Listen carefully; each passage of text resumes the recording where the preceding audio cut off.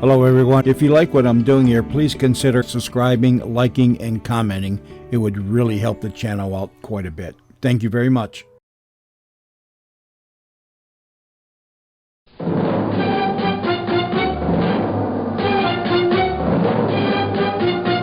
And now, Carling Country.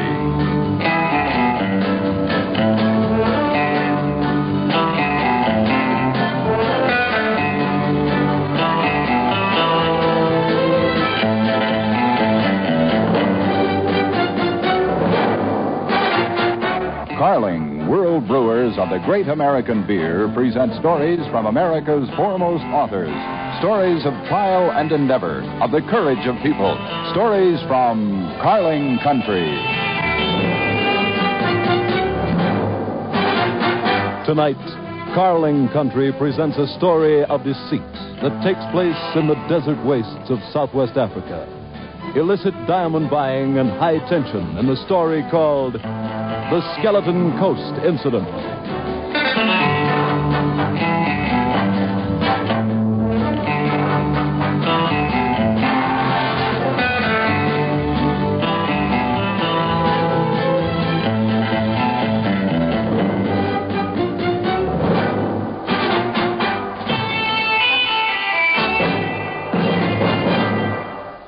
It started in the Transvaal, swept through the Orange Free State like a prairie fire, then set Natal alight and glowing. Now it's being hailed in every corner of the Cape Province, wherever men get together for a beer. Oh, thanks. Mine's a Black Label. Yeah, that's the beer for men. The beer that has won over the taste of men, America's lusty, lively Carling Black Label. Man, oh man, this is what real beer is all about. Strong, husky, lusty to the last lively drop. This is the man's brand. Carling's extra-strength Black Label beer. Now brewed in South Africa and on sale throughout the Republic. Get to know it, and you'll stay with it. It's that sort of beer.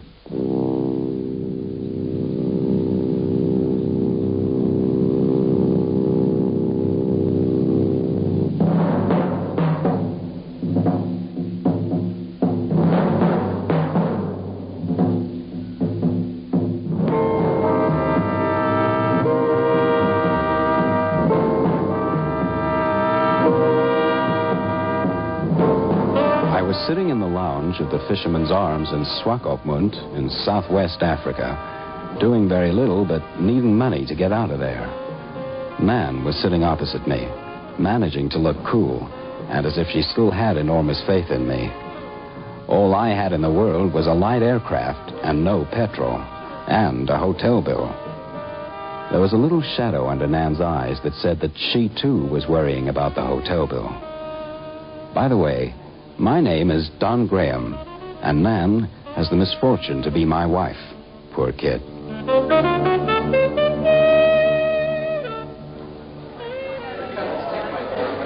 Well, nothing for it. I guess we'll have to sell the kite. Oh, Don, you can't. Not after the way you worked for it. No choice, have we? If you could arrange a loan, perhaps. A loan? On what? We've already pawned your engagement ring. What happened about the whale spotting job? Well, Svensson's a crazy man, but that wouldn't matter if I was sure there was money in it. Well, let's go down to the harbor anyhow. We could do worse, I guess.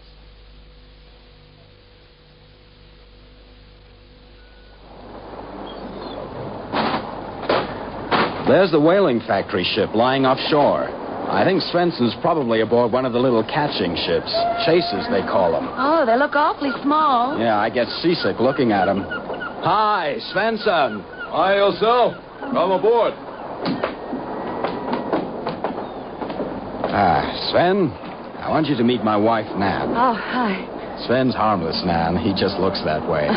Hello, Mrs. Graham. Well, Don is a lucky person. You're telling me. Come, I'll show you around the ship. Oh, here, careful coming up on their platform, Mrs. Graham. Here we are. This is the harpoon gun. Every time I fire, good shot. That shot. What kind of charge fires these guns, Sven? Same as a 4-inch gun. There's a rubber bung the harpoon sits on, like a launching pad. And screwed on the nose of the harpoon is the grenade. It explodes on contact. And the rope? Well, it's flaked down there, see? Nylon lines these days, not the old heavy manila. Now, let's talk business, huh? Well, we talk business. He was all for making a hard bargain. A cautious Norwegian whaleman always will. I told him I'd think it over. But when we got back to the hotel, there was a man wanted to see me, and I met him in the bar. His name was McAllister, a Scot with an open face and untidy hair. A man you couldn't help liking.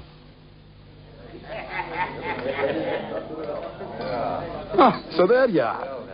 It's a charter flight, and I'll pay you well. Just as long as you understand that this is diamond country, I'll have to talk to the authorities. You understand that? They're suspicious about people just flying about gaily over the Skeleton Coast. And I'm not a South African citizen either. Take it from me, Mr. Graham. I have nothing to hide. The facts are on record. You remember the liner Tamarisk? Yeah, she was torpedoed during the war, wasn't she? No, that's right. She went down off the coast. But there's nothing left but a rotting hulk under the water, just offshore. The tide races in there, and you couldn't reach her anyway if you're thinking of salvage. Salvage?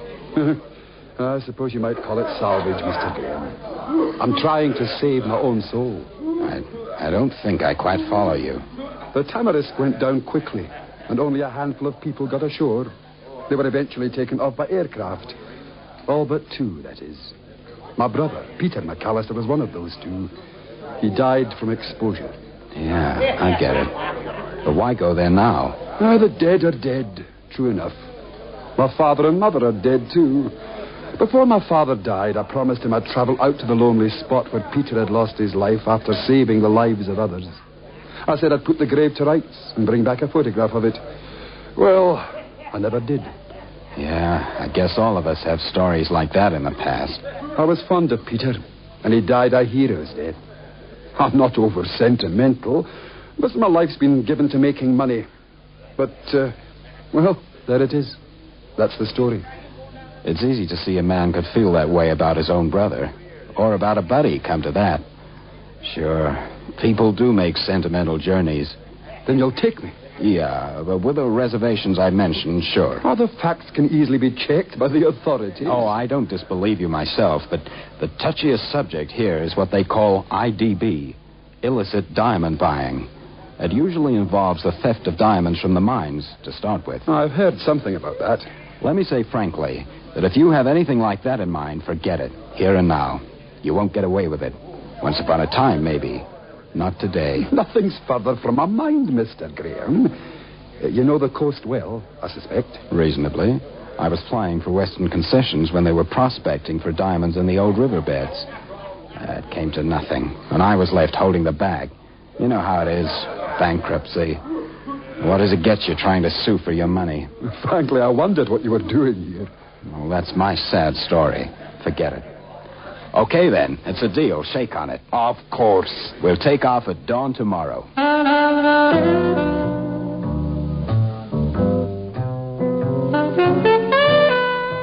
If I'd had any sense, I would have gone out then and got myself arrested. The Skeleton Coast is grief for any man. Fascinating grief, like a too beautiful woman or a dangerous airplane. But grief, just the same. Nan warned me, but I wouldn't listen. Don, you must be out of your mind. We need the money, baby.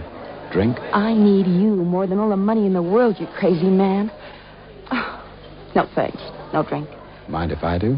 I can't stop you, can I? When could I ever stop you? That is a landing on soft sand out there. There's Western Concessions' old airstrip, a mile from the coast. For all you know, there's a sand dune across it by now. For all we know, there isn't. And this McAllister, what do we know about him after all? I'm a good judge of people, man. He's a nice guy. Any man who would travel all those miles to put his brother's grave to rights would be a nice guy. John, do you honestly believe that story? Oh, for crying in a bucket, baby, the security boys have checked on him. The story's true in every detail. Man, there isn't much danger. And life's dangerous anyway. Cheers, doll. And stop worrying, will you? All right. To your crazy expedition. And, oh, Don, take care of yourself. Don, I love you so. I'll never know why. See you soon, chick. It'll be okay, you'll see. Oh, one thing you can do. Uh-huh. Tell Sven I'll take the charter and see him in a day or so. Check? Check.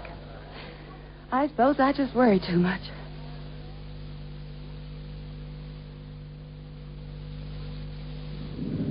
We can go now. I've registered the flight plan. They've approved. Great. Oh, you don't know what it means to me. Well, maybe I can guess a bit. I had a kid brother killed in Vietnam. Climb aboard.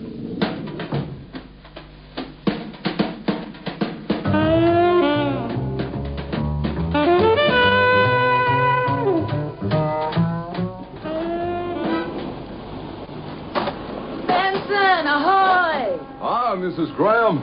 Come aboard. So there. I saw Don's aircraft take off. Yeah, he has a short charter. Said he'd see you in a day or two. I advised him not to take the charter, but, well, you know Don. Ah, sure. But the man has a living to make. Now, what's wrong with the charter? A man wants to fly to the Skeleton Coast to see his brother's grave. The brother died of exposure after a ship called the Tamarisk sank there in the war. Over 20 years ago, Sven. Does it make sense? Maybe to some men. Sure, I reckon it might. Only thing is, remember, Don can take care of himself. Like I say, a person must earn his living the best he can. Now, come on in the cabin. Tell me all about it.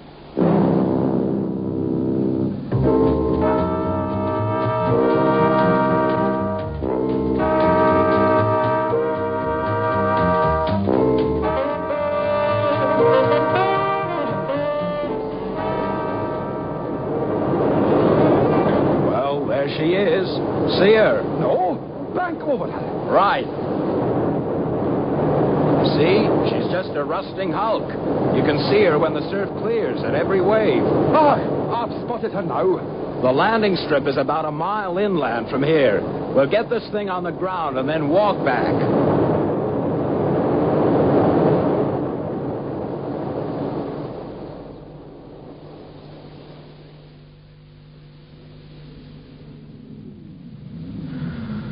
Well, we made it one way anyhow. Thanks to you. A remarkable piece of piloting. Thanks. It's quite a country, this. All sand dunes and rocks on the edge of the Namib Desert. The Great Thirst Land. Uh-huh. Yet men have traveled through it. Sure. They say you can find water if you know where to look. I'd hate to try it myself. I wouldn't know how to start trying. Shall we take the gear and head back for the coast? Yeah. We'll travel on the compass. It's easy to get lost among the dunes. Let's get the kit unpacked.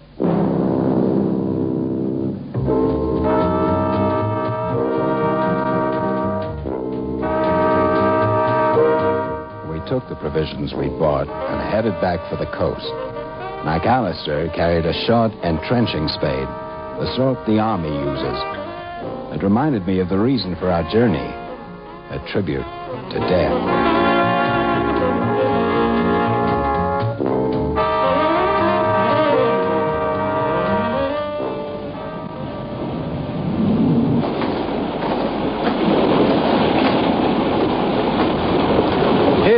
This is it.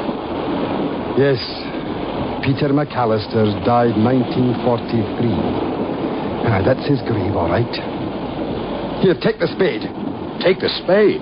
What for? To dig with. But why dig, anyway? And why me? Hey, what are you supposed to be doing? I'm standing at a safe distance, you poor mug, with this gun trained on you. Those spades can be deadly weapons at close quarters. Here now, just start digging.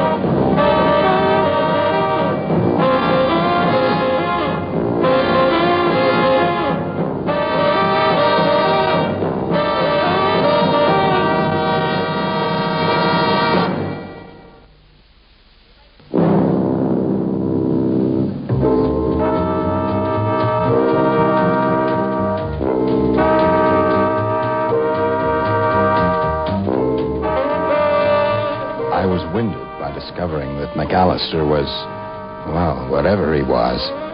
But the gun in his hand was steady, and he seemed to know how to use it. So I began to dig, scared of what I might find. The heat was like the glow of a blast furnace, and the eternal waves of the Skeleton Coast crashed in against the long sand beaches.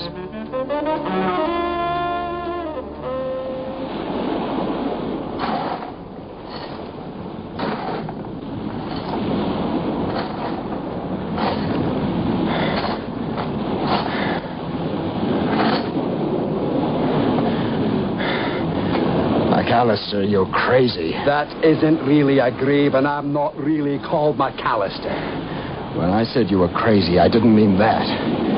How can you hope to fly that aircraft back without me? I'm at least as good as you are, Graham. Go on digging. You mean you're a pilot? Right first time. I said go on digging. You said that Western Concessions went bankrupt. Ever wonder why? You tell me. They had a job foreman named Kirkdale. Lonnie Kirkdale. I know. So what? I hate to say this about any man, but he was dishonest. He didn't hand over all the stones they found in the old bed of the Mutap River. He dug a nice deep hole and buried them on the foreshore. Then he just moved the marker from Peter McAllister's grave. Shameful thing to do, but it marked the diamond cache. How did you discover this? Keep digging and I'll tell you. I met Kirkdale in a bar in Johannesburg. He was broke, begging for drinks, with a fortune in his cash out here on the coast that was driving him mad. So he told you? I heard that I was a pilot and, shall we say, slightly sharp. He needed help to recover the stones. Where's Kirkdale now? Oh, as you'd expect with a dishonest man, he came to a thoroughly bad end. Nobody will ever find his grave either. You can't get away with this. Oh, that's a line from a cheap film. I've been getting away with things all my life. I'll refuel at Swakopmund, take off again immediately to rescue you, Don. Once I touch Johannesburg, you'll never find me. Hit it? Good. So Kirkdale wasn't lying. Just drop the spade and back away. Don't try anything. Don't worry. I won't. Keep going. A tin box full of pretties. Just as Kirkdale said. The clippies, the shining stones. Translated in terms of the sweet life, this is quite a discovery, Graham. What are you going to do with me? I'll decide later. Get rid of me the way you did Kirkdale? No, I think so. I think I'll just take off and let you walk home. I'll say hello to your wife for you, fair enough. Better shoot me now, McAllister, or whatever your name is. Oh, like it's fast and easy. Because I'll see you hang for Kirkdale if you leave me. Oh, don't be dramatic. I don't want your body found with a bullet hole, that's all. Now walk in front of me to the aircraft.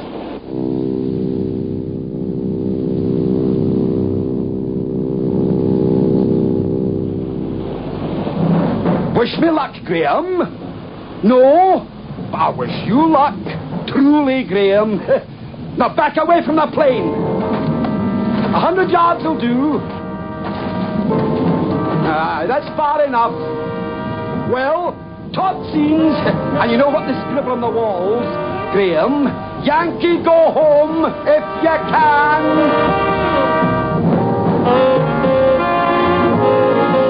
So he left me standing, literally. I had practically no water and not much food. No way of contacting anybody. I had a compass. It was then I remembered the deserted camp of the Western Concession Company, half a mile from the airstrip. There should have been a radio transmitter there, but when I found it, of course, there was no power. I lay down in one of the shacks and went to sleep after a while. I wasn't going to be caught out among the dunes in the dark. I remember thinking about Nan, wondering if she might suspect anything and what she might do about it. Hi, Spencer. Hello. Come aboard. You hear anything from Don? Oh, no. It's worrying me. I expected him to call through on the transmitter and say goodnight. He always does. And nothing this morning? No, not a thing. I was just fixing to test this harpoon gun, but of course that can wait. Let's just walk ashore and check with the airport control. There's a telephone in the harbor master's office. Oh, that's a good idea. He should be on his way back now, Sven, and he's bound to report.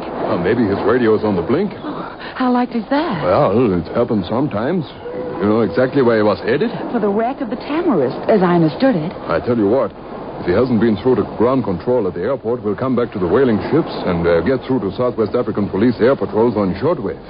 They can check if there's anything suspicious. Like a burned-out airplane that tipped over in the sand? Oh, Steve, I'm scared. Oh, there's nothing more wrong probably than a fault in the radio sets. If they go wrong, our shortwave sets aboard the catcher sometimes do. You know it's unlikely. Sometimes the unlikely is exactly what happens. I had a hunch. Perhaps I'm imagining things. Oh, so easy to be smart after the event, as the man says. But I didn't like McAllister or the trip. Let's check up with the police. Come on. I found a water tank half filled with brackish water. I sipped at it, ate the last of the food we'd brought with us. Every instinct tried to force me to reach civilization. Here, there was only the sound of the wind in the empty camp and the far-off thump of seas against the shore. So I forced myself to stay in the shade and stay quiet. The betting was that somebody would discover what had happened within a day or so. If I stayed put, they'd look for me. If I tried to walk, I'd walk into death. Not for the first time, all my hopes were on Nan.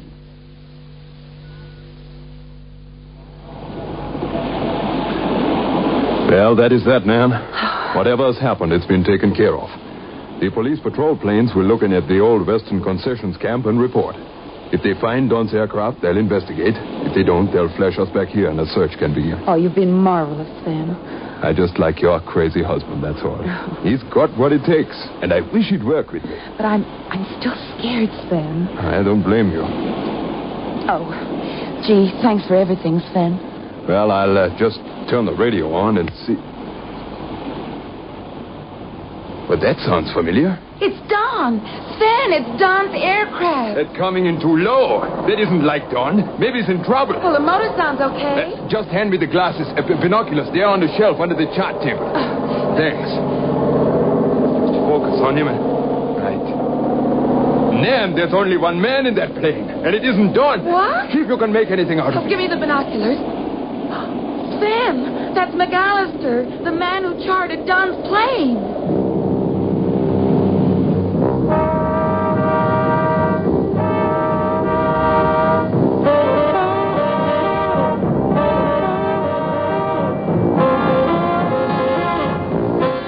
Wilson, fill it up. I've got to take off immediately. Where's Mr. Graham, sir? He broke a leg. Oh, such a stupid accident. Slipped down the side of a dune. I'm picking up Dr. Lansing at Ottobisa and heading back. Why come here, then? Oh, use your head, man. I didn't trust the fuel supply. And don't worry if you'll get paid for the petrol. Here. I didn't bring Graham back with a compound fracture. Let the doc splint it on the spot. Here, take your money. Oh, thanks. Hope Graham's going to be okay. The quicker you get the tanks filled, the quicker I'll be able to fix him up. Right. You can be off in some minutes. Thanks. Lucky I can fly a kite, eh? We'd have been in a fine mess. As it is, we can save his life, if not his leg.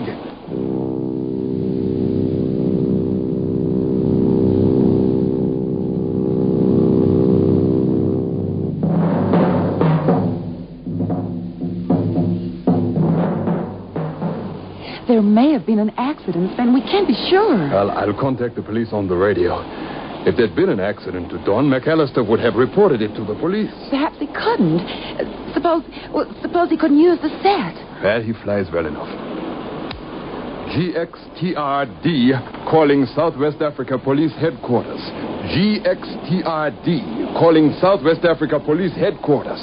Come in, please. Southwest Africa Police Headquarters replying to GXTRD. Identify yourself. This is the rail chaser N7 of the Svensson fleet. Over. Go ahead. Over. Have you any information on Mr. Graham, the pilot believed missing on the Skeleton Coast? Over. One of our aircraft just picked him up. He'd been stranded on the coast by an IDB man named McAllister. Over. That dirty murderer. He's here at Swakopmund Airport. Over. He's wanted for 3 murders. The plane carries a fortune in stones. Over. Then come and get him fast. Over. We're on our way. And he's dangerous. He'll kill on sight. Over and out. Thanks for the tip. Over and out. The plane's taking off. Come with me. Where are we going? The harpoon gun.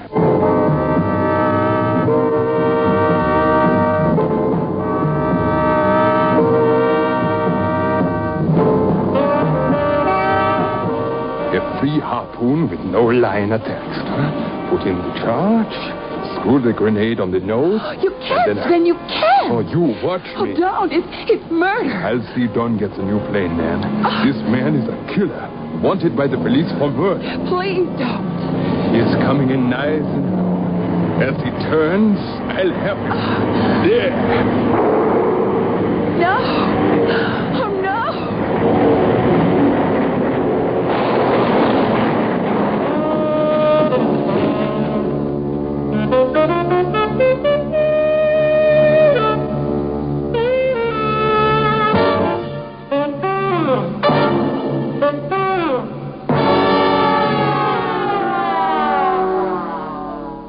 I feel the same as you, man. Sven should have left him to justice. But Sven's a hunter, and he was red with anger at the way Mac left me in the desert to die. Let's forget it, my darling. Perhaps Mac himself would have chosen that way. Rather than the trial and the rest, huh? Perhaps. Anyway, they've recovered the stones, and we get the reward. That means more than just a new plane, and the company offers to pay that anyway. Don, you never feel you'd like to give up flying? No, never. I'm sorry. Why don't I listen to you? But no, Nan, I don't want to give up flying.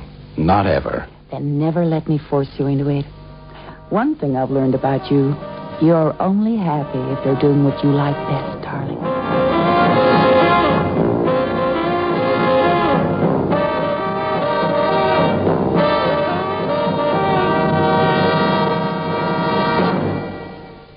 It started in the Transvaal, swept through the Orange Free State like a prairie fire, then set Natal alight and glowing. Now it's being hailed in every corner of the Cape Province, wherever men get together for a beer. Oh, thanks. Mine's a Black Label. Yeah, that's the beer for men. The beer that has won over the taste of men, America's lusty, lively, Carling Black Label. Man, oh man, this is what real beer is all about. Strong, husky, lusty to the last lively drop. This is the man's brand, Carling's Extra Strength Black Label beer, now brewed in South Africa and on sale throughout the Republic. Get to know it, and you'll stay with it. It's that sort of beer.